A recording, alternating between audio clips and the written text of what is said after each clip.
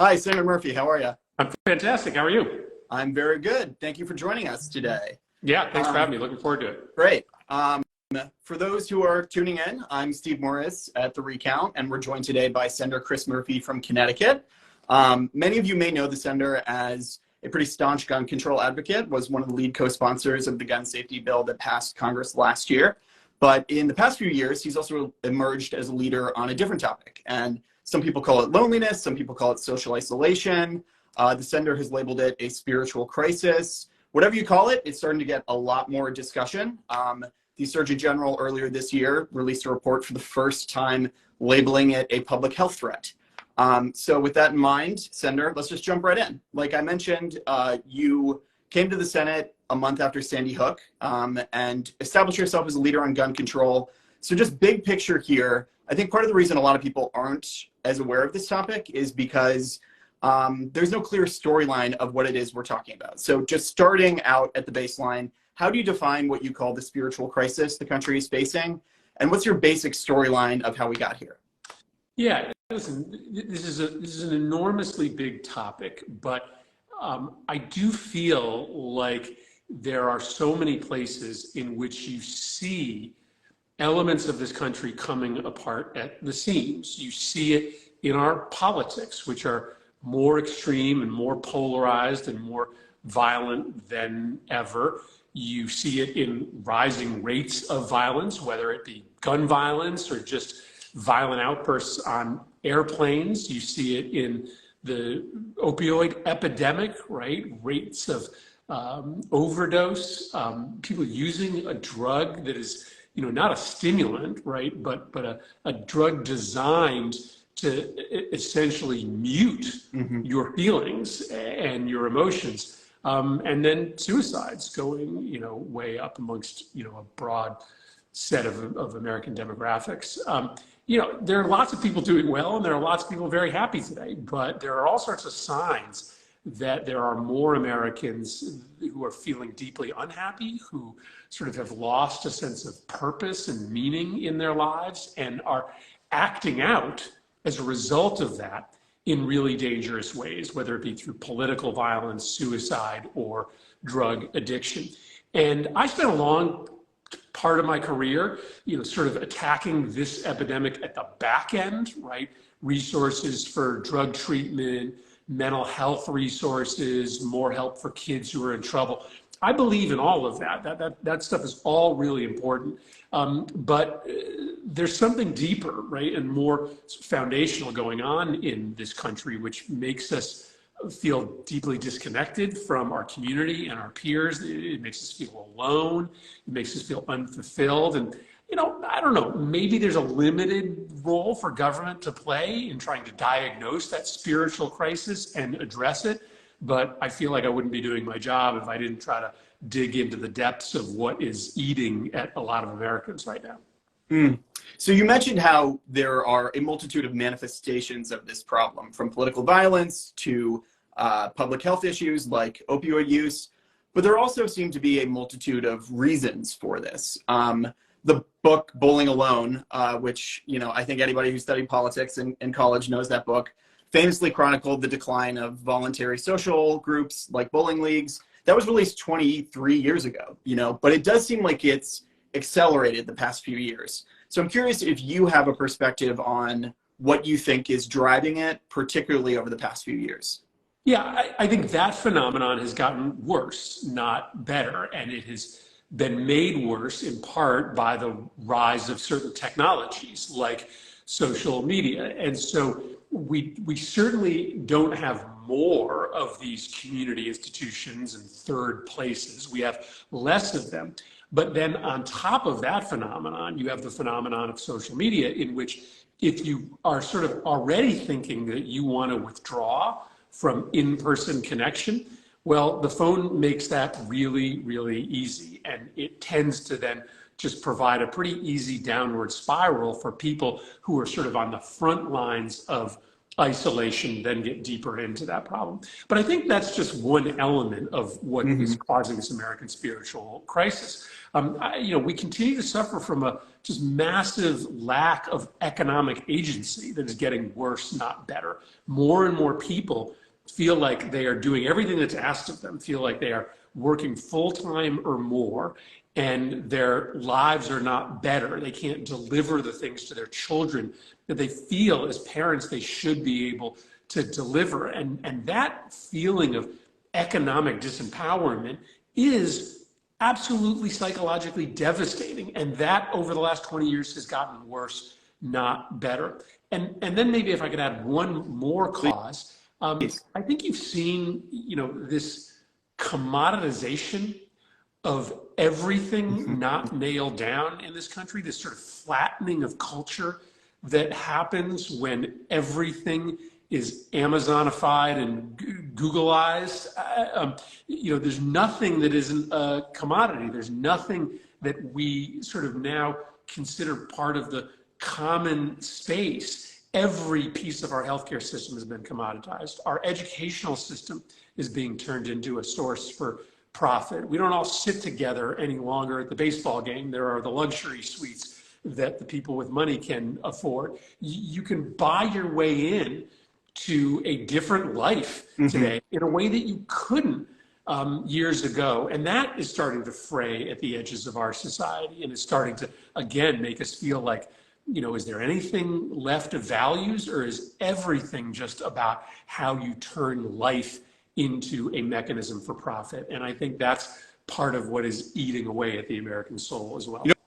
I'm really glad you mentioned the building of a different echelon of pleasure, because that's been one of the things that's come to mind this summer as we've seen phenomena like Taylor Swift and Beyonce concerts. You've just seen the emergence of this whole different lifestyle that is available to be purchased into. And I think that gets to a broader point here, which is, as you're talking about this, and as you have been, you've written several op-eds about this, you've given a speech on the floor of the Senate about this. A lot of the way you talk about it is not totally dissimilar to how some religious conservatives might have talked about economic exploitation. It's not a purely liberal theme, if that makes sense. And I guess I'm curious how you see potential cooperation here between both sides of the spectrum on this issue. Yeah, and listen, I understand that this conversation is fraught because I do believe there is the potential for there to be some alignment between traditional elements of the right and traditional elements of the left on a set of these issues. And I'll give you an example. Social media. It tends to be that Republicans don't like the government getting involved in the private business of corporations. And probably a decade ago, you couldn't get a Republican to support a bill that was pretty heavy-handed in its regulation of a technology company. Well, a couple months ago, I, along with Brian Schatz, a progressive Democrat, and two really conservative Republicans, folks who have some pretty unsavory views on other topics, Tom Cotton and Katie Britt, introduced a bill that would represent the toughest regulation of social media companies that has been introduced in Congress. And you can decide for yourself as to whether or not our bill is good policy, but it sort of shows that there is more appetite amongst some conservatives to use government to try to even out the rough edges of the economy. And if that's true, not just on social media, but perhaps on corporate excesses, on stock buybacks, on the minimum wage, my belief is that we should do some outreach and try to build those coalitions, not just inside Washington, but outside Washington as well. I get that is very scary to some people for good reason, because you don't want to legitimize those voices, incredibly dangerous views on, for instance, LGBTQ issues. I don't want to do that either. But if there's an ability to pass a $5 increase in the minimum wage in the next 5 years, I also feel like I've got to explore every option to get that done. So if you're just joining us, I'm Steve Morris here at The Recount. We're talking to Senator Chris Murphy from Connecticut about his efforts around social isolation, building a more connected country. I want to circle back to what you talked about with social media and children's use of social media in particular in just a few, because there's so much to talk about there. But sticking with this issue of cross-ideological cooperation, in tandem with this, with your renewed focus, with your new focus on this issue, it also seems like you've been encouraging a lot of liberals, progressives to get out of their bubble a little bit, so to speak, and listen more to more culturally conservative people. And that includes you've wondered whether building coalitions with more economically progressive but socially conservative people is worth doing. It's included asking people to think more deeply about Richmond, north of Richmond, the viral hit that had some liberals rolling their eyes at times. Now, with the caveat that people on Twitter will get mad if you post a photo of a baby hugging a puppy, some of those statements did get some pushback from people on your own team. I guess I'm curious, what is it that you are asking people on your own team to do? And what do you say to the criticism of those efforts? Well, I mean, let me start here. I will not take a backseat to anybody in my belief in civil rights, equality, climate change, gun control, right? These are existential issues. The right of anybody in this country to be treated the exact same way, no matter your sexual, gender, identity, the ability for everybody to access the ballot box, right? I'm not going to compromise on any of those views. The question I'm asking is this one. There are many conservatives out there who prioritize their sort of socially conservative views on abortion or gay rights, and they are never going to vote with us because of that disagreement. But there are other social conservatives out there who actually may prioritize economic issues where there's alignment with the left. And in fact, I think there's a growing group of Americans who may have social views, maybe temporarily, that are not aligned with me, but who may be willing, who are willing to take on corporate excess, to increase taxes on billionaires, to extend out healthcare guarantees. And the question is, do you want to invite them to be, part of our coalition to pass those initiatives? Do you want to invite them to vote for Democrats to allow us to win more elections? Or because of the disagreement we may have on those social issues, do you just not want to be in conversation with them at all? Do you not want to extend any invitation to them to vote for us to be part of a coalition? Listen, I think everyone will come to a different conclusion there. I think we'd be better off if progressives elected more progressives by bigger margins. And I am open to finding as many possible ways to get that done, including reaching out to some constituencies who agree with us on economic issues, who may be willing to give us votes to get our folks elected to office. So just to close the loop on this point, as you noted, you are pretty unambiguously a progressive in the Senate, from abortion rights to LGBTQ rights. On foreign policy, you're to the left of many people who are more notable, who style themselves more overtly as progressives. With that being said, what is it exactly that you're asking your party, your people in your tribe to do? If it's not watering down policy, is it rhetoric? Is it presenting a different picture? Is it listening more? Well, I think it's just, listen, we're in the business of winning votes, right? I mean, this is about tactics, not beliefs, right? My beliefs are my beliefs. I want to employ a set of tactics that expands rights for LGBTQ Americans, that permanently protects the right to access an abortion, that guarantees voting rights for every single American, right? So that is my goal. And the question is, what are the tactics we use to get there? My argument is that there may be some people that right now we are primarily ridiculing that would be open to voting for Democratic progressive candidates because their priority is populism on economic issues. Though they may hold some views on social issues that we don't agree with, their priority is actually finding that economic alignment. And I think sometimes as a movement, we may not be open to asking those people to vote for us. And that's all I'm suggesting. I actually don't think it's that radical a notion. I mean, just trying to win elections by bigger margins and being brave enough to assemble some unlikely coalitions. What I'm not asking progressives to do is to weaken our rhetoric or our fervor on behalf of the things that we care about. Not at all. I just think that we may have some partners out there when it comes to electoral prospects that we don't always see. And frankly, some of them may be the people that responded favorably to that song. And so why not do some work to try to find that alignment if it exists? So we've talked about the politics. We've talked about some of the policy.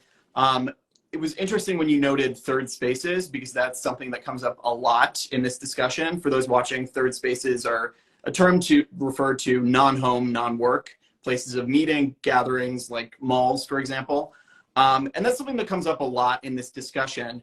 I guess I'm curious if you feel we're looking at a demand problem as much as a supply problem. The way I think about it, for example, 15 years ago, if you were a young person who wanted to go out, it was a Friday night, you wanted to go out and do a couple things. You wanted to see a movie, talk to your friends, maybe flirt with some potential partners. You had to leave your house to do all those things.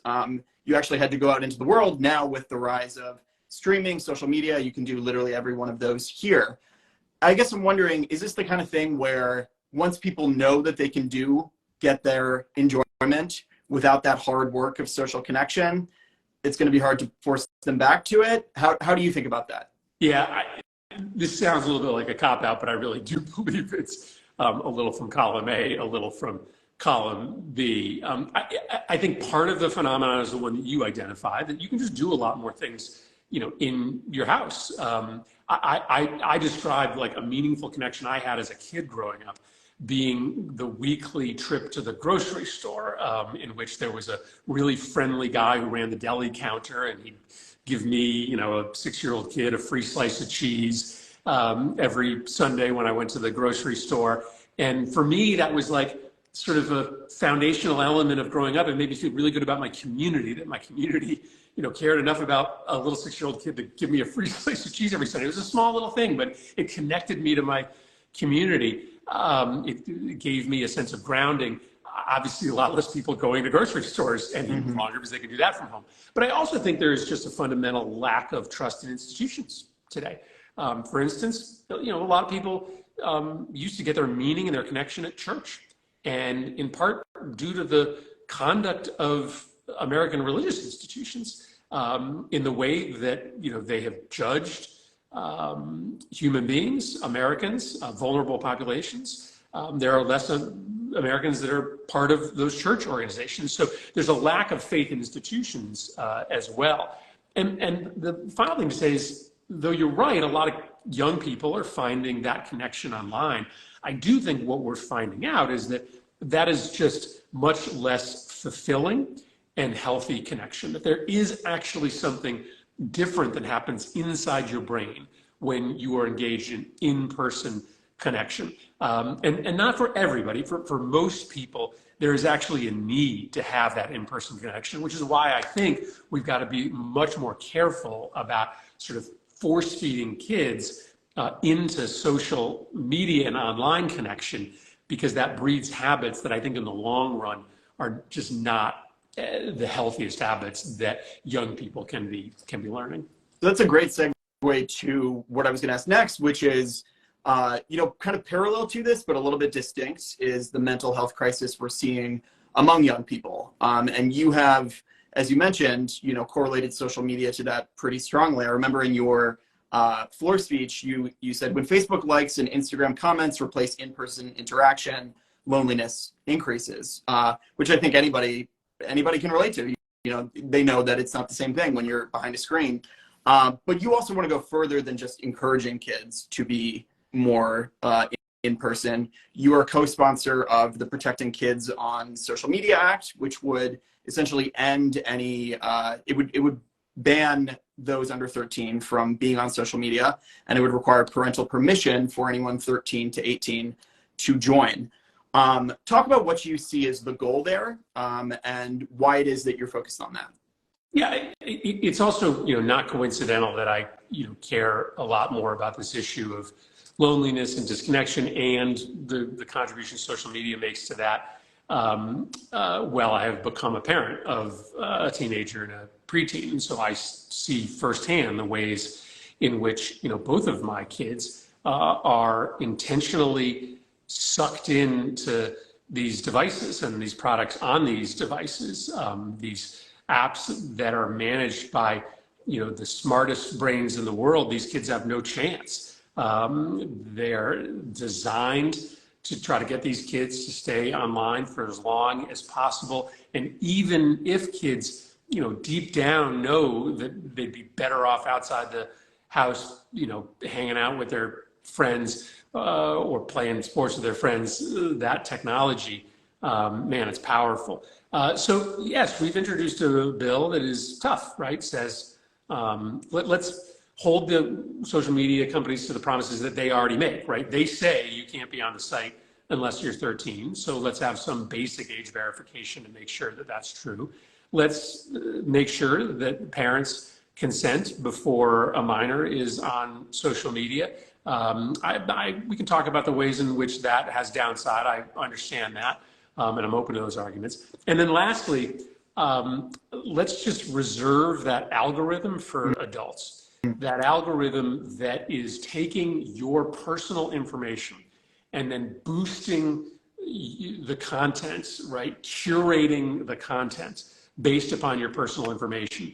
I just don't think that that's a responsible tool to use on 14-year-olds. And the data shows us that for kids who are in crisis, it's unbelievable how quickly those algorithms exacerbate that crisis. If you log on to a TikTok account and you are having suicidal ideations and you start to swipe on content that is talking about or glorifying suicide, within 2 minutes, your feed will be full of essentially pro-suicide content. And that's just one example. So part of our bill says, fine, if you want to collect personal information to curate feeds, do that, but wait until the kid's 18. So on that subject of algorithms, as you mentioned, there's no data at all around social media use among teenagers that is not terrible. It ranges from really bad to just genuinely horrifying. And then includes leaked data that we've gotten from big tech companies, their own numbers that were given out via whistleblowers. I know, having kind of straddling being a younger millennial, I half grew up with smartphones, half did not. I can't imagine being a child now. I guess I'm wondering, do you think there needs to be, are you trying to engender a cultural change to the expectation we basically have now that every 13-year-old needs an iPhone and an Instagram? In your ideal world, would it be the case that that just wouldn't be something we would have for people until they turn 18? I don't know that I would go that far. I mean, because I also do see some value here. I don't think any of this stuff is black and white, because there's also a whole subset of kids who do struggle often with in-person interaction, where the connection that they make via text or social media actually has real additive value. There are communities that you can find online that you can't find in person. And again, especially for kids who are maybe more vulnerable, right? Kids who are in the categories that we tend to care most about. So I am not wanting to be in the business of completely separating kids from social media. My kids might run away from home if that was my agenda, because they get a lot of value out of it. I just would rather that kids don't start until they're 13, and for parents to have a say in it until they're 18. I think that's as far as I'm willing to go. And some of the stuff that worries me, frankly, is the other way to address this issue, because there are other people who say the government should get into the content regulation business, right? And we shouldn't care who's on, but the government should decide what kind of content can be put on these platforms and what can't. I actually think that is way more dangerous than getting it a little wrong in terms of whether parents should have a say or not. That's why I prefer our approach. Understood. Definitely don't want to cause a crisis in the Murphy household, so I will not press you on that. Don't worry. My kids have very strong feelings about my sudden entry into social media policy, so I have a very influential focus group at home. Yeah. In closing, I want to kind of go, we're already talking big picture, so forgive me for going even bigger picture. One of the most profound things I ever read about this general topic was this social scientist who wrote that humans are just not biologically designed to know as much as we do about as many things as the internet and social media is giving us. There's a lot of discussion now about national negativity. There's discussion about Americans' views of the economy, especially as President Biden, gears up for re-election, and whoever, without regard to politics. There's all sorts of people wondering why it is so many Americans are down on the state of America right now. When you look at our national negativity, do you see it more as people recognizing real difficulties that have always been there, or just kind of in a slump where they're seeing things negatively because they themselves are in a negative space, or is it another case of shades of gray? How do you view it? No, I think there's real stuff to be unhappy about. I think the leaders of this country have made some fundamentally bad decisions over the last 30 years. This belief that we could outsource manufacturing jobs overseas and we could replace them with better jobs just did not come true. Our decision to sort of leave major technological revolutions, online commerce and social media, totally unregulated so that it swept away, local economies and chilled in-person communication to the point that so many kids are just sitting in their room addicted to their screens. It's a big mistake. The decision to not just reserve certain parts of our life for the common good, right? Instead of saying, you want to make a profit off of elementary education, go nuts. Those are really bad decisions that we made. And it has sort of put us in a world where tons of Americans are treading water and they look at the elites who are doing fantastic, and they know that there's enough resources to go around. They know that it's not because America doesn't have enough. It's just that we made a bunch of decisions to help a very small number of folks. And so, I do think that there are sort of legitimate grievances that Americans have that has led to, just sort of a tangible decrease in the economic health of America, but has also led to a handful of spiritual crises in this country, which is why I think it's a legitimate issue for politicians to talk about. I get it. It can be a little weird when a U.S. senator is engaged in a conversation about the metaphysical state of America. But I think part of the reason that people are unspooling a little bit is because of decisions that leaders, public policy makers made. And I want to try to understand how we can do better.